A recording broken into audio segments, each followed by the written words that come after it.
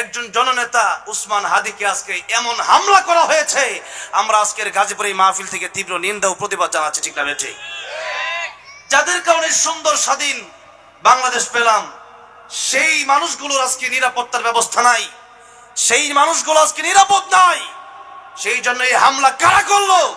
গতকালকে নির্বাচনের তাফসীর ঘোষণা হলো, আরো 2 মাস বাকি আছে নির্বাচনের। যদি এখনই এই গোলাগুলি মারামারি হামলা শুরু হয়ে যায়, তাহলে তো নির্বাচনের দিন কয় হাজার লোক মরবে, এটার কোনো ঠিক ঠিকানা নাই। আমরা এই নোংরা রাজনীতি বাংলাদেশে দেখতে চাই না। স্বৈরাচার একজন গেছে, আরেক স্বৈরাচার আমরা বাংলাদেশে দেখতে চাই না, কাউরে না। দেশের ভিতরে একটা বিশৃঙ্খলা শুরু হয়ে গেছে। নির্বাচন উনি করবে, আরেকদিকে হয়তো সাদেক কাইম ভাই করবে ওই আসন থেকে। এখন সেই জায়গা থেকে উনি যদি দেখা গেছে উনি তাকে সাধুবাদ জানিয়েছেন, আমন্ত্রণ জানিয়েছেন, এটাই তো নিয়ম হবে।